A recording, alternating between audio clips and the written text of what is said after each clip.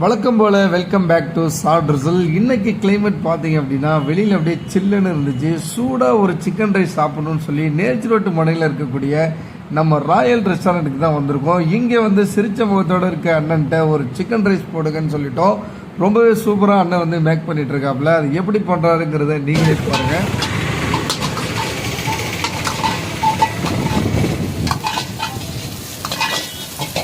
இந்த ஃபாஸ்ட் ஃபுட்டை பொறுத்த வரைக்கும் அப்பப்போ எப்போயாவது ஆசைக்கு சாப்பிட்டுக்கணுமே இல்லையே, எப்போவுமே இதை வந்து ஒரு பிரதான உணவாக எடுத்துக்கிட்டு சாப்பிட்றதுக்கு ஐம் நாட் ரெக்கமெண்டட். குறிப்பாக குழந்தைங்களுக்கு வந்து ரெகுலராக இந்த மாதிரியான ஃபாஸ்ட் ஃபுட்டு கொடுக்குறது வந்து அவாய்ட் பண்ணிங்க. தயவுசெய்து இந்த கடையினுடைய ஓனர் வந்து என்னை எது நினச்சிக்காதீங்க.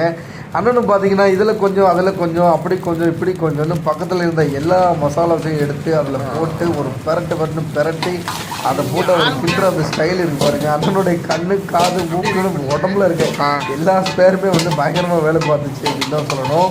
இந்த சிக்கன் ரைஸ் மேக் பண்ண விதம் பார்த்தீங்க அப்படின்னா ரொம்பவே ஒரு ப்ரொஃபஷ்னலாக இருந்தது. இதுக்கு முன்னாடி அண்ணன் ஒரு செஃப்பாக தான் இருந்திருப்பார் அப்படின்னு நினைக்கிறேன். இதில் ஆட் பண்ண இன்க்ரீடியன்ட்ஸ்லாம் என்னென்னு பார்த்தீங்கன்னா மெயினாக முட்டைக்கோஸ் போட்டிருக்காங்க, முட்டை போட்டிருக்காங்க, சிக்கன் போட்டிருக்காங்க. இப்போ சிக்கன் ரைஸில் சிக்கன் இல்லாமலப்பா அப்படின்னு நினைக்காதீங்க. இதை நம்ம வாங்கிட்டு இங்கேயே வச்சு சாப்பிடல, இதை நம்ம பார்சல் தான் கேட்டிருந்தோம். பார்சல் சூப்பராக அந்த ஒரு பவுலில் வந்து இப்போ பார்சல் ரெடி பண்ணிகிட்டு இருக்காரு. வீட்டில் போய் தான் நம்ம சாப்பிட போகிறோம். வீடியோவை ஃபுல்லாக பாருங்கள்.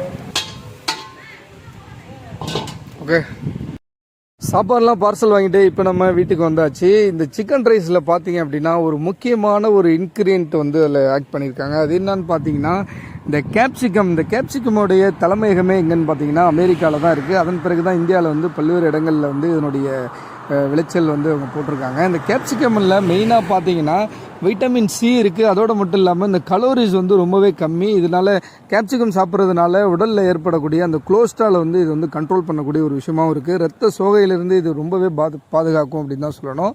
இந்த சிக்கன் ரைஸு இந்த மாதிரி நம்ம எந்த ஒரு நான்வெஜ் சாப்பிட்டாலும் இந்த கேப்சிகம் போன்ற இந்த விஷயங்கள்லாம் வந்து நம்ம ஆட் பண்ணி சாப்பிட்றது வந்து ரொம்பவே ஒரு ஹெல்த்தியான ஒரு விஷயம் தான். நான் முன்னாடியே சொன்ன மாதிரி இந்த ஃபாஸ்ட் ஃபுட் ஐட்டங்களை பொறுத்த வரைக்கும் எப்போயாவது தான் நம்ம சாப்பிடணும். ரெகுலராக எடுத்துக்கிறது வந்து உடம்பு கெடுதல். இதில் அல்டிமேட்டாக இந்த சால்னா தாங்க உண்மையிலே அவ்வளோ ஒரு டேஸ்ட்டாக தான் இருந்துச்சு அப்படின்னு தான் சொல்லணும்.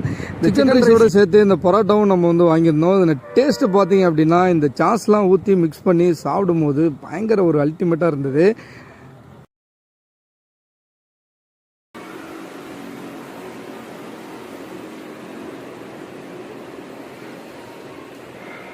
வீடியோ பிடிச்சிருந்தால் லைக் பண்ணுங்கள், மறக்காமல் சப்ஸ்கிரைப் பண்ணுங்கள். மீண்டும் ஒரு வீடியோ சந்திப்போம். Thank you so much.